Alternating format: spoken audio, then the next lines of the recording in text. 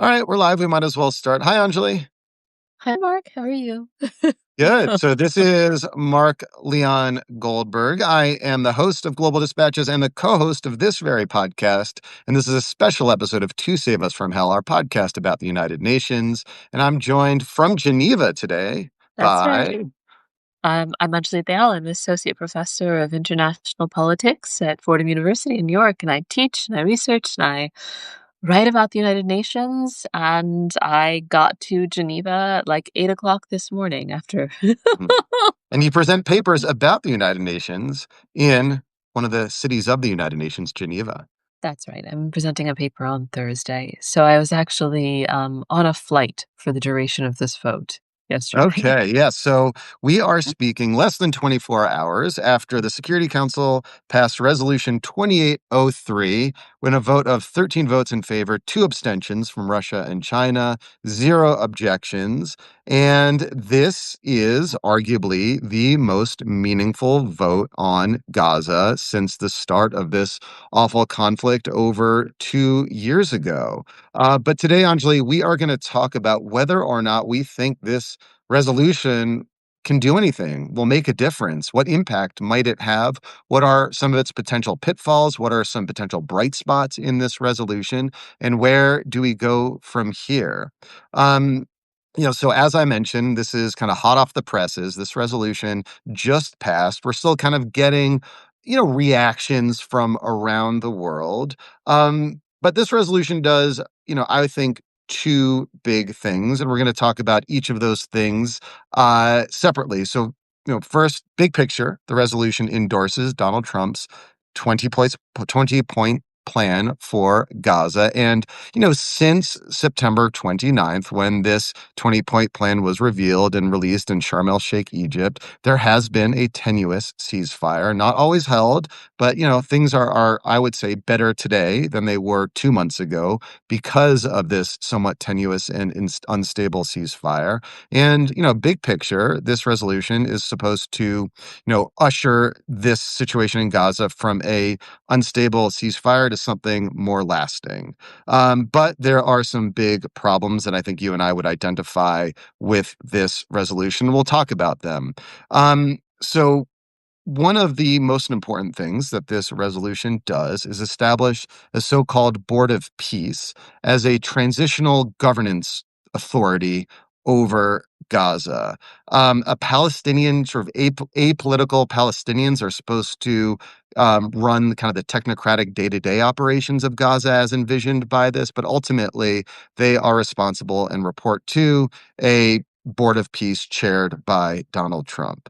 So, before I go on more and we discuss, I give you kind of my perspective on what this Board of Peace idea might get right or wrong. Anjali, I wanted to get your take. What of this Board of Peace? Yeah, it's a strange kind of governance structure that's being proposed. Some people have likened it to either the UN's work in East Timor or, some of its more robust efforts at state building. But in this particular case, there's no clear political settlement underlying this resolution. And because there's no political settlement, any effort to try and put together what is essentially a governance board looks more like pre like United Nations Trusteeship Council work even than anything else. It's not clear what the political role of Palestinians here will be. Um, the resolution is backed by the Arab League, backed by a number of states. There are, of course, good reasons to want it to succeed. I don't want to undersell that, right?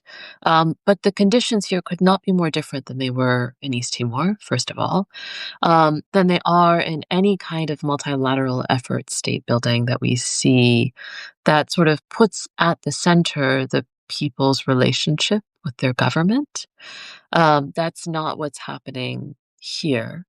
And on top of that, it's actually not clear how the members of this peace board will be selected and who they will be, except that it appears that they will be Donald Trump and maybe Tony Blair. These are not conditions for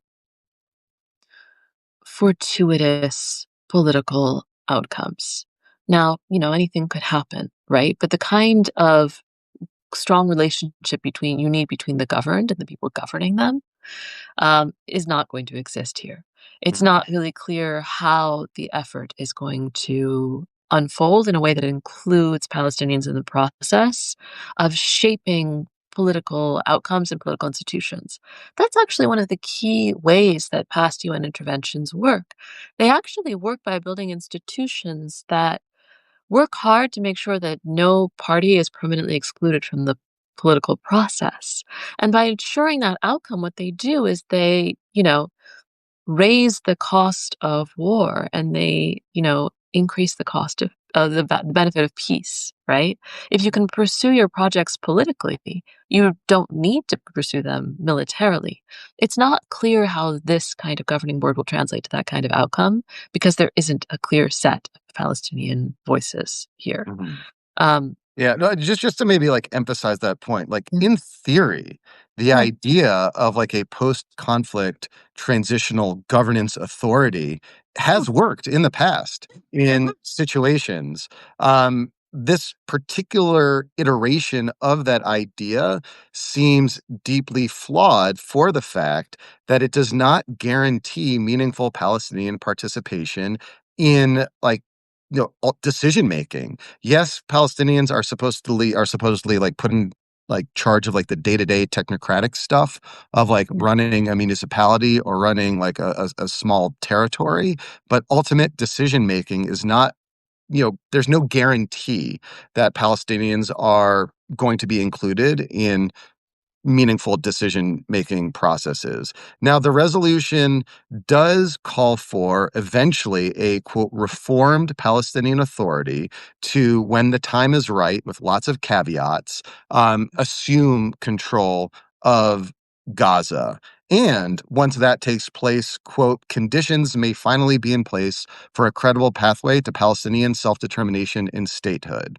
So that and it should be noted that that clause was inserted later in the process of Yeah. negotiating this resolution because other countries, particularly Arab countries, were like, you need to give those governed the idea that this eventually will lead to like a sovereign Palestinian state. But getting from the Board of Peace to that end state, it's just like not clear how that happens.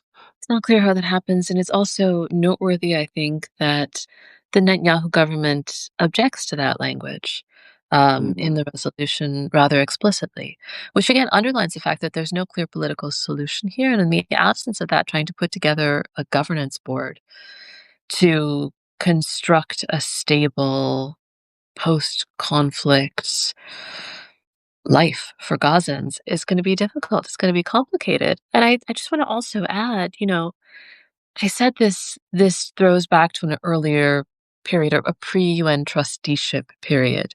One of the big um, innovations of UN trusteeship, one of the things that that system did to facilitate, the kind of post-colonial sovereignty we have today is to subject state behavior to sort of unprecedented levels of scrutiny, right? So to subject sort of governing authorities conduct vis-a-vis former colonial subjects to extraordinary levels of multilateral scrutiny.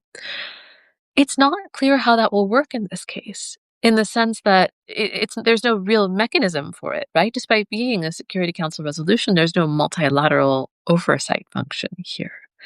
And that was a key debate leading to the adoption of this resolution. Yeah. Should like the ultimate decision-making authority be this, ill-defined board of peace, or should it ultimately report to the UN?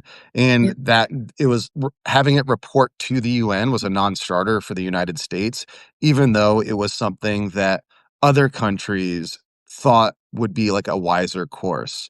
Um, could you just maybe like iterate upon that, like the difference? Like why reporting through the UN would this potentially like make more sense? Yeah. Um, this is one of those things that, and I think, Crisis Group released a really good brief that I think outline They peace always do. throughout. They always do. They always praise Yeah. Good job, friends. it. Talking about how this is a sort of no-win situation for the UN in some ways, right? Because on the one hand, there's an argument made that people are going to feel good that it reaffirms the UN's importance, right? They're going to the Security Council, they're asking for this authorization. They're not engaged in some kind of side quest, right? On the other hand, there's no clear role defined for the UN, right? Um, and in that sense, what's happening is that the authorization is being given to someone else, and there's no chain of accountability that runs through other member states that's clear. There's no clear sort of set of, special representatives or the Secretary General special representatives, or there's no sort of like clear rapporteur that's going to be assigned to ensure that what's happening is actually like legible to the wider community.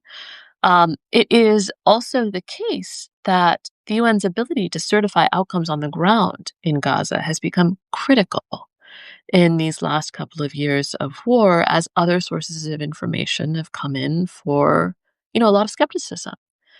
It's not clear, despite the fact that they got this backing, that a US led board of peace is going to get the same kind of credible buy in Mhm. once they start reporting on outcomes on the ground, right? Yeah. Now, it is the case that a lot of other states have said that they want to be involved. The commitments aren't firm, it's complicated, it's not clear how they'll all work together. That's the kind of thing that the UN excels at coordinating.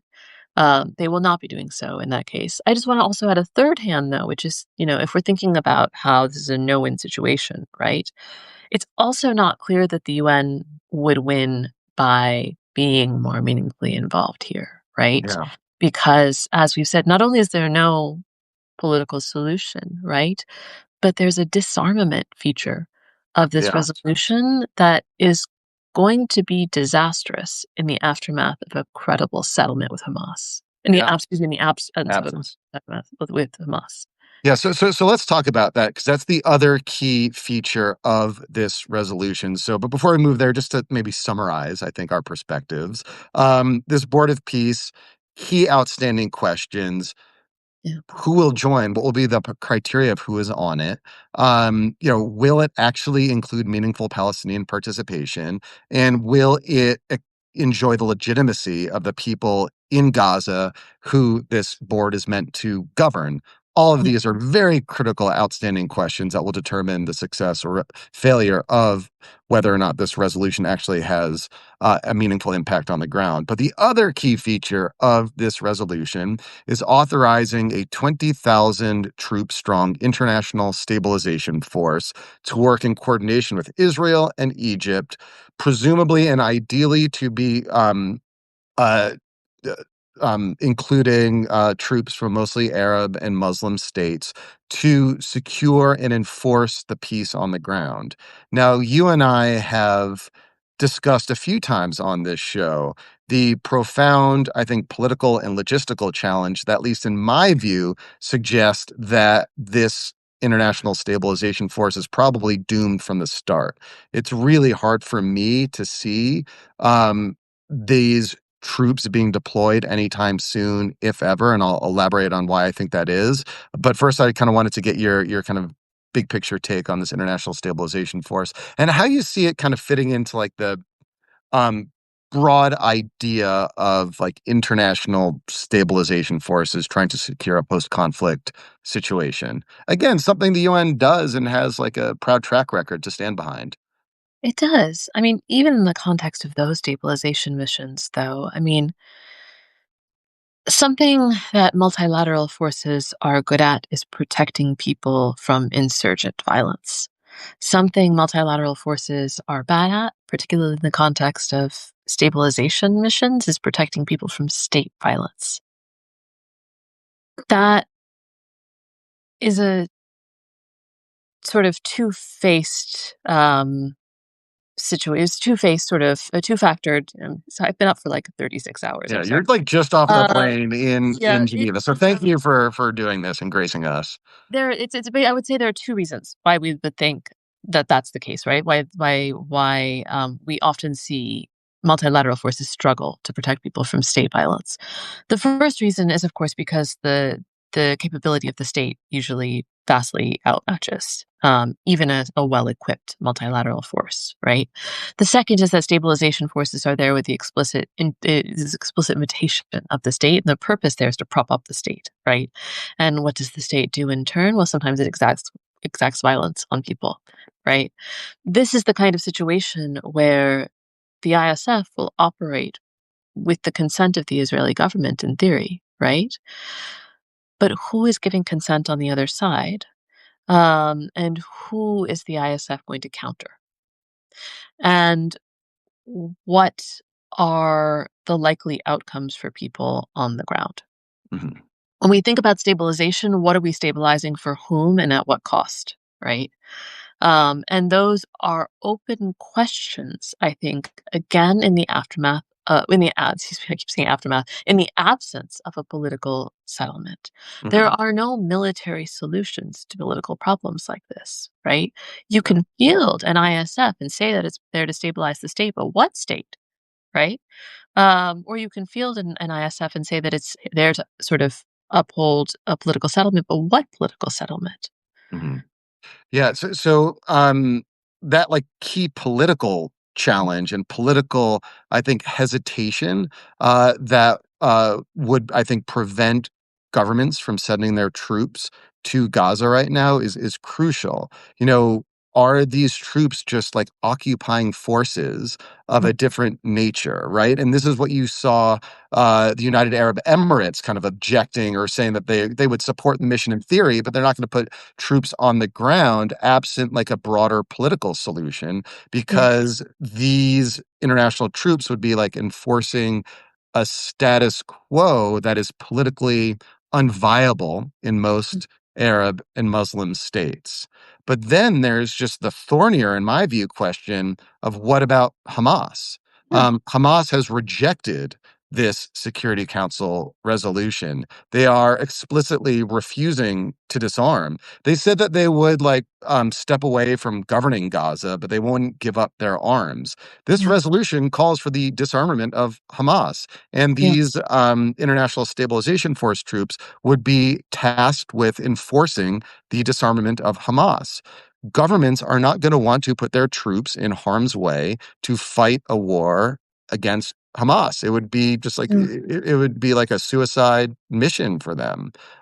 It would be, again, it's like politically untenable for many reasons, but just like logistically, governments aren't going to want to, watch their troops being, killed by Hamas. And Yeah. it's just like an impossible mission, absent, as you said, any agreement by Hamas to voluntarily disarm. I mean, look, at great cost to Palestinians, at great cost to Israelis, the Israeli government could not dislodge Hamas. In 2 years and change of no holds bars assaults, right? That there is no reason to believe that an international stabilization force with less local knowledge, with hopefully less willingness to pursue absolutely every military avenue open to it, Mhm. will be more successful Yeah. Like a in more restrained, yeah, like, method of warfare. which to be clear, is what we would want to see, Mhm. but there's no reason to believe that an international stabilization force will be able to do what the Israeli government did not. Yeah. So, you know, I am not an international affairs professor like yourself, Dr. Dial, but I did go to grad school. And I do remember in grad school taking like one of these kind of post-conflict stabilization classes because that was like Mhm. all the all in vogue about 15 years ago in the aftermath of the U.S. invasion and occupation of Iraq. And one of the classes, one of the lessons I recall from this is that in these situations, there's what's called a golden hour, a short window of opportunity in which some sort of ceasefire has been agreed to on the ground. in which there is like some sort of like political willingness to want to build on that ceasefire, but you need to kind of intervene quickly to establish like the security situation on the ground in order to, you know, give sides breathing room in order to build upon that ceasefire. That, in theory, is the idea behind why the US is rushing to pass this resolution and why they say they want this force deployed in January at the latest.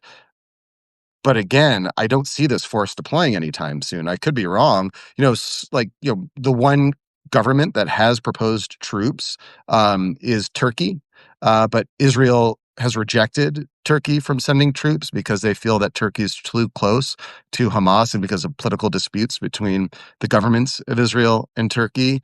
And so, you know, it seems that like the most likely kind of path forward right now is just more of the same status quo on the ground today. I think one thing we can really see, in this resolution at least, is that everybody wants this to work. And that's, I think, relevant and important. Both China and Russia, despite substantive objections, didn't veto, they abstained, right? There was there were 13 other votes on the Security Council in favor of this, in part because even a half-baked plan, I think, appears to be better than no plan to Yeah. people. Now, there are real ways, you brought up the US's invasion of Iraq. There are real ways in which something can be worse than nothing. But we don't actually know if that's the case yet, right? Because we don't know how these efforts will be received on the Israeli side when they start to unfold, right? Maybe they will be accompanied by a massive influx in aid. Who knows? Maybe wise governors will sit on that peace board and find a way to, incorporate the Palestinian Authority into the work of governance and planning. I don't know. Um, President Trump's track record does not speak for itself here, I would say, right? But the flip side of that is that he is clearly interested. He will put his attention here. The third flip side of that is that he has himself, envisioned Gaza as a kind of like regatta on the Mediterranean for the very wealthy. So we don't have a ton of reason to think that this will go the best possible way. But what we do have, I think, is a good indication that everybody is hoping it will go some way, right? When we spoke to, or some better way at least, right? When we spoke to Ambassador Vanessa Fraser, right? When she was talking about brokering that very first humanitarian resolution, she said, we were sitting there feeling like monsters, right? That we couldn't get anything done, that we couldn't get anything through. And I think they see something of that in this resolution passing so comparatively easily, despite the fact that there are big problems with it.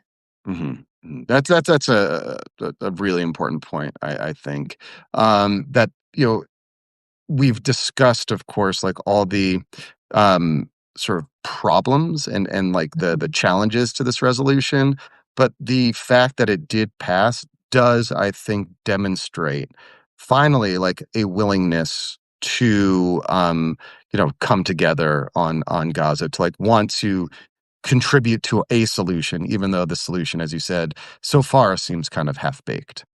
Well, and I think also it's important to note that there's been buy-in for this before, and the holdout has been the U.S. And Hmm. what the U.S. is sort of putting through right now, it's not clear if it actually will be better. We sort of have to find out, I Yeah. guess. Yeah. Um, well, anything else before we let you get on with your late evening in Geneva? Um, that's a good question. We covered a lot of ground. We covered a lot of ground. I would say, there are a lot of comparisons that people are making to the UN's own work in this kind of stabilization field. I don't think this is a comparable mission. No, no, and And I said, like, yeah, as I've written, this is not peacekeeping. This is peace enforcement. There is no peace right now between Israel and Hamas. Israel just yesterday, Netanyahu said, "We are still at war." Hamas is not disarming. They have not agreed to any peace agreement. There's like a tenuous ceasefire right now, and that's about it. And so this mission is to enforce that resolution, not to keep a peace that the sides have agreed to. And so it's not, as you said, comparable to many successful UN peacekeeping missions that you and I have talked to over the years. Or Um, even sort of the UN's own track record in state stabilization or state building or yeah, ship, right? None of yeah, the critical factors are actually there. I don't yeah. know who could possibly be knocking on my hotel room All right. door Well, I will let at you. I will let you 7:30. go. Thank you, everyone. Thank you, Anjali. And to those of you who are listening live, thanks for joining. Become a paid subscriber to save us from hell I'm and global sorry, dispatches. just a second. You can go. Okay. I'll Thanks, just here you everybody. go. Bye, everyone, Bye. and we'll see you next time. Bye.